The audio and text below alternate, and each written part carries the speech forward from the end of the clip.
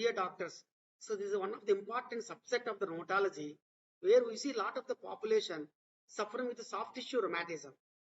So we think that rheumatology means osteoarthritis or rheumatoid arthritis or lupus, etc., or gouty arthritis. But soft tissue rheumatism also includes a very good number of the rheumatological patients. So what do you mean by soft tissue rheumatism? That refers to aches or the pains which arise from the structure surrounding the joint, such as the tendons, muscles, bursae, and ligaments. Okay, so these four structures included in the soft tissue rheumatism. They are the tendons, muscles, ligaments, and bursae. They may be localized when pain is felt in the one region, or generalized when pain is felt either all over or in many parts of the body. Sometimes in young females, you will have a generalized pains. So that may be the fibromyalgia or fibromyalgia. It's a very common in young females having a diffuse pains all over the body, both halves of the body, on both sides of the body, etc. See in the picture there, so you can appreciate the bone, skin and the subcutaneous tissue there. Then the bursa between the muscle and this bone. In the bone, you will have the joint, you can have the capsule or synovium, okay, joint space, tendon sheath, tendon, muscle, some bursa. So here, this tendon sheath, bursa, ligament, so these are comes under your soft tissue rheumatism. So this is the very common disease, fibromyalgia. It's a chronic musculoskeletal syndrome characterized by the diffuse pain and the tender points. So you should appreciate here the tender points. So tender points are very much there in fibromyalgia. It's a chronic condition. It's a diffuse pain. No evidence that synovitis or myositis are the causes. No synovitis or no myositis, but diffuse pains, chronic nature. And there are the tender spots. Occurs in the context of unraveling physical examination, laboratory and radiological examination. Okay, your physical examination, no signs. Your laboratory tests, all are the normal. RA factor negative, CCP negative, ANA negative, double stranded DNA negative, your uric acid is the normal, etc. and etc. Or your no Wilson's, no hypothyroidism, no diabetes, even though they are under good control, etc. Okay, on radiological examination, normal. Your X-rays, your MRI, your ultrasounds, they are all normal. 80 to 90% of the patients are the women. What is the peak age? 30 to 50 years for the age group. Whereas in India, maybe 20 to 40 years for the age group. It's a generalized, a chronic musculoskeletal pain, a diffuse tenderness, a discrete anatomic locations termed the tender points.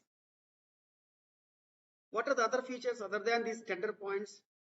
Diagnostic utility, but not essential for the classification of the fibromyalgia, are fatigue, so easy fatigability, insomnia, or the sleep disturbances, headache, maybe tension headache, IBS, so irritable bowel syndrome, paresthesias, Raynaud's-like syndromes. It's not Raynaud's syndrome. Raynaud's-like syndromes, depression, anxiety. So there are more of the psychosomatic features. So these tender points, a chronic generalized pains with the tender points with some fatigue, some sleep disturbances, some headache, irritable bowel syndrome, paresthesias, depression, anxiety. So without any investigations, so your diagnosis is fibromyalgia.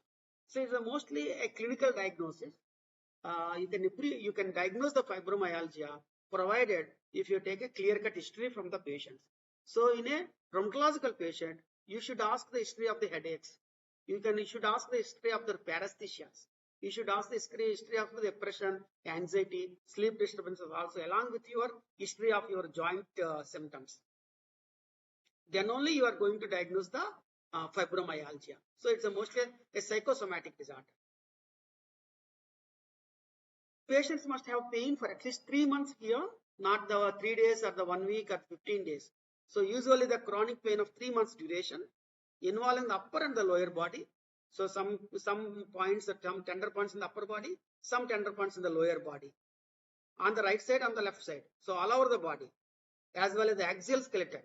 So also with the axial skeleton, and pain at least 11 of the 18 tender points on the digital examination. So you have the 18 tender points. You should know those 18 tender points. Then you should see whether the patient is having the tenderness on those points or not. If the 11 are positive out of the 18, most of the people 18 plus 18. 18 will be positive in most of the fibromyalgia population. Even the 11, you are sure that along with these tender points, if the patient is also having the sleep disturbance or the headache or anxiety or the depression or the features of the IBS, so you are damn sure that you are dealing a case of fibromyalgia. So these are the central sensitization syndromes. You have the MPS, you have the fibromyalgia, chronic fatigue syndrome, IBS, tension type headaches, restless leg syndromes, migraine, primary dysmenorrhea. So these are the important associated things along with your fibromyalgia. See the chronic fatigue syndrome, unrefreshing sleep, headache, anxiety, panic attacks, avoidant behavior, irritable bowel syndrome. You know that diarrhea, constipation, abdominal pain, bloating, disturbances, etc. Depression, loss of motivation, loss of pleasure, fibromyalgia, myalgia, arthralgia, tender points, prolonged fatigue states, fatigue, pain, poor concentration, and irritable mood. So these are very, very important things to be noted in all the fibromyalgia cases. So anxiety, IBS, depression, chronic fatigue syndrome, or restless leg syndrome, these are very common. So central sensitization, there will be an exaggerated response of the central nervous system to a peripheral stimulus that is normally painful, hyperalgesia, or non-nocive such as the touch, allodynia. So these are the very common hyperalgesia and allodynia are common in fibromyalgias. So there is an hyperexcitability and hypersensitivity, a prolonged or persistence of the pain. The ability of the CNS to undergo these changes is called neuroplasticity. Okay, so CNS function is not fixed, but is capable of alterations depending on the various peripheral and the environmental factors. So mostly there are the peripheral factors and some environmental factors, maybe because of the work stress, maybe because of the studies stress, or maybe the parents, etc. So these are all important reasons to cause the fibromyalgia in these individuals. Most of the neuroplasticity. So our activity and our sensitivity of the CNS to the peripheral nerves. So these are the females, much more common. Family history that runs in the families, anxiety, depression, fibromyalgia, etc. A chronic pain and the fatigue, abnormal neuroendocrine functions, absence of the pathological findings. Mostly so fibromyalgia syndromes or myofascial syndromes. These are pain syndromes, myofascial pain syndromes about 20 to 30%, fibromyalgia maybe 3 to 5%. So are they part of a continuum? See here, both sides of the body, both the upper and the lower part is involved here. So what are the trigger points? Maybe trauma, maybe psychological trauma, maybe the physical trauma, stress, different types of the stress, you know that, and muscle spasm. These, the trauma and the stress will cause the muscle spasms. So these muscle spasms will lead to the central sensitizations and sympathetic activation, and these are causes the pain and the trigger points. Some endocrine disorders like hypothyroidism, muscle spasms. So again here that the trigger points and the tender points. So the pain generators. So the most important criteria for the DD, the presence of the tender points and widespread muscle pain in the fibromuscular pain syndromes compared with regional and characteristic referred pain patterns with discrete muscular trigger points and taught the bands of the skeletal muscle in MPS. So there is a pain tender points, not only the tender points, there is a taut bands of the skeletal muscles, like muscle spasms. So they are also very common in fibromyalgia. See here, the myofascial trigger point diagnosis. So the palpable taut band, local twitch response, jump sign, referred pains. Okay. In the particular point, you will have like a band-like structure, like, okay. And there will be the jump sign. If you touch it on the tender point, so there is a jump sign. So the pain in 11 of the 18 tender point sites on the digital palpation. So tender doesn't mean the painful. So here the fibromyalgia tender points. See, these are all the tender points, 18 tender points here. So under the lower sternomastoid muscle, near the second costochondral junction on the anterior aspect, 2 centimeters distal to the lateral epicondyle, at the prominence of the greater trochanter, at the medial fat pad of the knee. So these are the tender points on the anterior aspect. So sternomastoid muscle, costochondral junction, lateral epicondyle, greater trochanter, and the medial part of the knee joints. So these are the anterior tender points. Whereas the posterior body, insertion of the suboccipital muscle, nape of the neck, mid upper trapezius muscle, origin of the supraspinatus muscle, upper outer quadrant of the buttocks. So these are the points of your tender points in the fibromyalgia.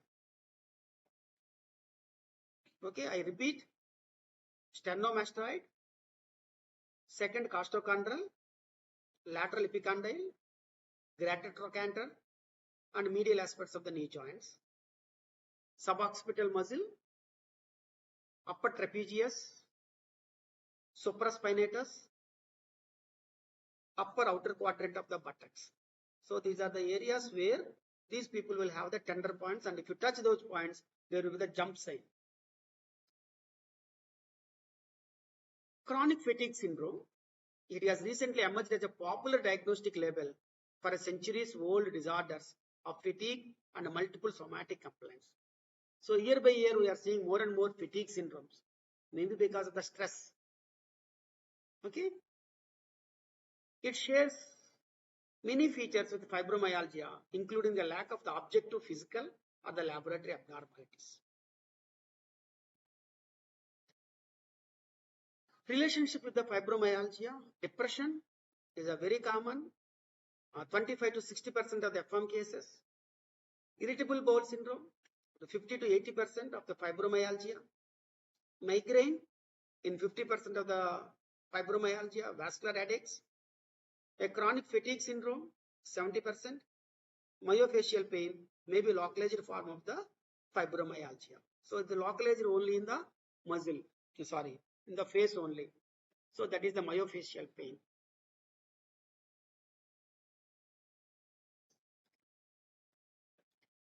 Fatigue persists or relapse for more than the 6 months, not a 1 week fatigue. So all these pains more than the 3 months. Here the fatigue more than the 6 months fatigue. History, physical examination, and appropriate laboratory tests exclude any other cause for the chronic fatigue. There are a lot of causes for your chronic fatigue. So they are all normal. All the investigations are normal for this fatigue. Impaired memory of concentration. So concentration, sore throat, tender cervical or axillary lymph nodes, muscle pain, multi-joint pains, new headaches, and unrefreshing sleep. So these are very common with your fibromyalgias. Treatment, antidepressants, maybe amitriptyline 1 to 3 hours before the bedtime. Cardiovascular fitness training, biofeedback, hypnotherapy, cognitive behavioral therapy, and educating the patient. I think these are much more important. So one, educating the patient. So reassurance is very important. It is not a pathological one. So try to come out of the stress and the strain of these fibromyalgia cases. So, and then sometimes hypnotherapy also will help them. Cognitive behavioral therapy, biofeedback. So they are very important. And obviously some people, they may need antidepressants. Myofascial pain syndromes, the presence of the trigger points, which include a localized area of the deep muscle tenderness, located in the taut band in the muscle, a characteristic reference zone of the perceived pain that is aggravated by the palpation of the trigger point. So that is the myofascial pain syndromes. Comparison between the fibromyalgia and myofascial pain. So the tender points in fibromyalgia, trigger points in myofascial pain. Location generalized in fibromyalgia, in myofascial pain is a regional one. Response to local therapy, not sustained because fibromyalgia is a generalized one. So the local therapy may not help them. But a myofascial pain, as it is a localized and the regional, so it's a curative. Female versus males 9:1 in fibromyalgia, where the myofascial pain 3:1. Systemic features in fibromyalgia may be positive, but myofascial pain is a localized, questionable. The physical therapy, stretch and spray technique. This treatment involves spraying the muscle and a trigger point with a coolant and then slowly stretching the muscle. Massage therapy, trigger point injections. So these are some of the treatment aspects for your myofascial pain or for fibromyalgia. So mostly the physiotherapy also helps them a lot. Entrapment neuropathies. Results from the increased pressure on the nerves as it passes through an enclosed space, like your carpal tunnel syndrome or tarsal tunnel syndromes, etc. Okay. Knowledge of the anatomy is essential for understanding of the clinical manifestations of these syndromes. Splinting, NSAIDs, local steroid injections usually suffice when symptoms are mild and of short time. In these cases, local steroid injections will give a very good response for these entrapment neuropathies. Surgical procedures to decompress the nerve are indicated in more severe cases. In severe cases, so decompress by surgical modalities. This is the thoracic outlet syndrome. Results from the compression of one or more of the neurovascular elements that pass through the superior thoracic aperture. Anatomic abnormalities and trauma to the shoulder girdle region play a far more pivotal role. See here the spleen nerve, median nerve, axillary nerve, clavicle, ulnar nerve. Potential narrowing of the areas. Okay. Between the scalenus anterior and the scalenus medius, costoclavicular space, under the pectoralis minor tendon. So there is a narrowed areas where there is an entrapment neuropathies are very common in these areas. So when seeing these thoracic outlet syndromes, you should know the narrowing is at which place. So then you can give the steroid injection in that particular area to relieve that tensions. Paresthesias are the common symptom here. Pain radiated to the neck, shoulder and the arm. Some motor weakness. Atrophy of the thenar, hypothenar and intrinsic muscles of the hand. Vasomotor disturbances. See the diagnosis. Neurological examination. Certain clinical stress tests like Adson's and hyperabduction maneuvers. A radiograph of the cervicothoracic region like cervical rib. Elongated transverse process of the C7 causing the entrapment there. So, and that's how you can diagnose this thoracic outlet syndromes.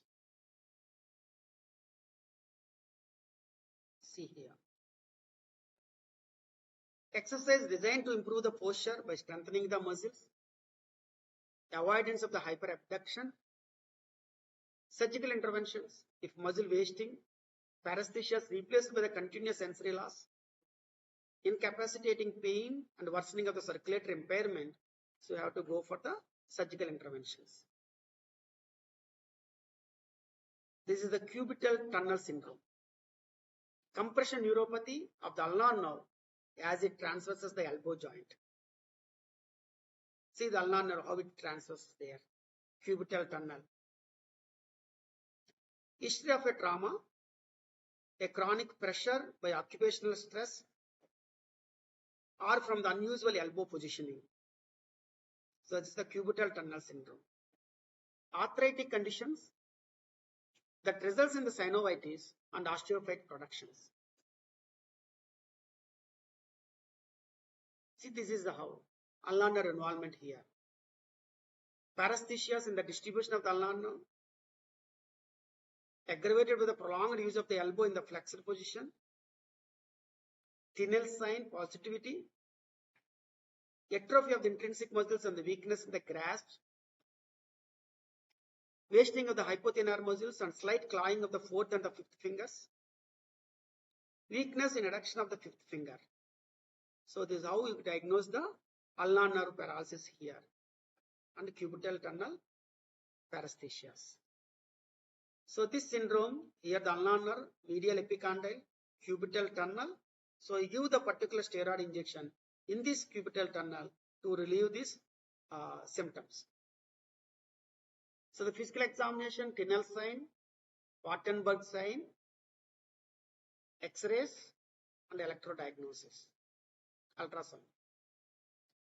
Avoidance of the prolonged flexion at the elbow joint. Because of the prolonged elbow flexion, you are stretching the ulnar nerve in the cubital fossa. Local steroid injection along the ulnar groove will definitely help the patient. Surgical procedures for the decompression of the nerve. This is the ulnar tunnel syndrome. Entrapment of the ulnar nerve in the Guyon's canal at the wrist. Compression is due to ganglia. Causes osteoarthritis and rheumatoid arthritis. A chronic trauma due to the occupations is also there. So here the disease is at the wrist joint. So wrist means most of the rheumatoid arthritis and osteoarthritis here. Usually the ganglia compression. So these are all the metacarpal, carpal bones, fusiform. See the ulnar nerve here. This is the Guyon's canal, flexor retinaculum. So if you have to give the injection, the steroid injection in this area. Combined sensory and the motor deficits. Hyposthesias in the hypothenar region and the fourth and the fifth fingers. Weakness of the intrinsic muscles of the hand. Diagnosis by the physical examination and electrodiagnosis is helpful in determining the site of the entrapment. Treatment aspect, avoidance of the trauma, physical therapy and surgical decompression. See the area where you are supposed to give the steroid injection. This is the carpal tunnel syndrome. Most common entrapment neuropathy is the carpal tunnel. Compression of the medial nerve at the wrist. Causes occupational, crystal-induced traumatic disorders, complication of the connective tissue disorders. It's a very, very common carpal tunnel syndrome in rheumatoid arthritis and other autoimmune diseases. Uremia, metabolic and endocrine diseases, infections and pregnancy. See, these are the signs and the symptoms. Sensory loss in the radial 3 finger and 1/2 of the ring finger. Burning, pins and needle sensations, numbness in the fingers. Pain may radiate to the antecubital region or to the lateral shoulder region. Awakening at night by the abnormal sense. So this is 3.5 fingers is the median nerve and 1.5 finger is the ulnar nerve. So this is the Tinel sign, Fallon sign and thenar atrophy. You can appreciate the atrophy here, thenar atrophy. History and the physical examination, radiographs and electrodiagnosis will clinch the carpal tunnel syndrome. So treatment, some splints are available, local steroid injection, NASIARs as and when required, some physiotherapy and surgery patients with a progressive increase in the distal motor latency times. So then only the surgery is needed. Otherwise, these people will fare better with the steroid injections. So these are all the splints. This is the tarsal tunnel syndrome. There is the entrapment neuropathy of the posterior tibial nerve. As it passes through the tarsal tunnel beneath the flexor retinaculum on the medial side of the ankle. When compared to the carpal tunnel syndrome, this is not that common. Fracture or dislocation involving the talus calcaneus or the medial malleolus, rheumatoid arthritis, some tumors, pronation related to the loss of the plantar arch are responsible for this tarsal tunnel syndromes. How to diagnose it? Burning or aching foot pain, usually around the plantar surface, distal foot and the toes. May radiate up to the calf muscles. Worse at night when standing. Feels better when barefoot. So Tinel test. Nerve is tapped with a finger or reflex hammer at the flexor retinaculum posterior and inferior to the medial malleolus. So this is the widespread pain index in the new diagnostic criteria of fibromyalgia. Same the tender points I have shown you here. Management conservative, NASIARs, some arch support, orthosis to correct the pronation, proper shoes, 1-inch heel and cushionied sole, avoid the flat slippers. If symptoms persist, local injections or sometimes decompression surgery at the tarsal tunnel. So there is a classification of these things. One is the diffuse, regional and localized. So here in the diffuse, you will have the fibromyalgia. And the regional, you will have the myofascial pain syndromes, neck pain, shoulder pain, elbow pain, wrist pain, gluteal pain, hip or groin pain, knee pains, ankle pains, foot pains. These are very, very common in our OPs. Okay, so the soft tissue rheumatism is a very common clinical entity in our routine OP basis. And localized, yes, you have the plantar fasciitis, tennis elbow, golfer's elbow, trigger finger, painful arc syndromes of the shoulder, periarthritis of the shoulder, etc. Carpal tunnel syndrome or tarsal tunnel syndromes. So these are the tender points. Symptom score. Simulating the fibromyalgia. So not all the things are. Sometimes no. You may miss the hyperparathyroidism, Addison's disease, osteomalacia, polymyalgia rheumatica, early stage of the congestive diseases like RE or SLE, Hep C and HIV, multiple myeloma, leukemia or bone secondaries. So they also behave like a fibromyalgia. So before you diagnose it as a fibromyalgia, so sometimes you have to rule out secondary causes like these things, which may simulate like fibromyalgia. These symptom scores, the different differential diagnoses. So some inflammatory diseases, non-inflammatory diseases, some infections like hepatitis C, HIV, Epstein-Barr virus, disseminated tuberculosis, some Ponson's disease, brucellosis. So these are all behave like a fibromyalgia. What are the drugs? So amitriptyline, antidepressant, duloxetine, antidepressant, milnacipran, anticonvulsants like gabapentin, pregabalin. So they have the few side effects. Analgesics, we can use it. And the common analgesic we use the paracetamol and tramadol. So these are all the precipitating factors for the regional. So overwork, unaccustomed activities, work-related strain, poor posture, obesity, some trauma, infections, malignancies, joint abnormality syndromes, or local anatomical abnormalities like flat foot. So they may precipitate the fibromyalgia, the localized or regional STR in some individuals. So thank you very much for your patient hearing.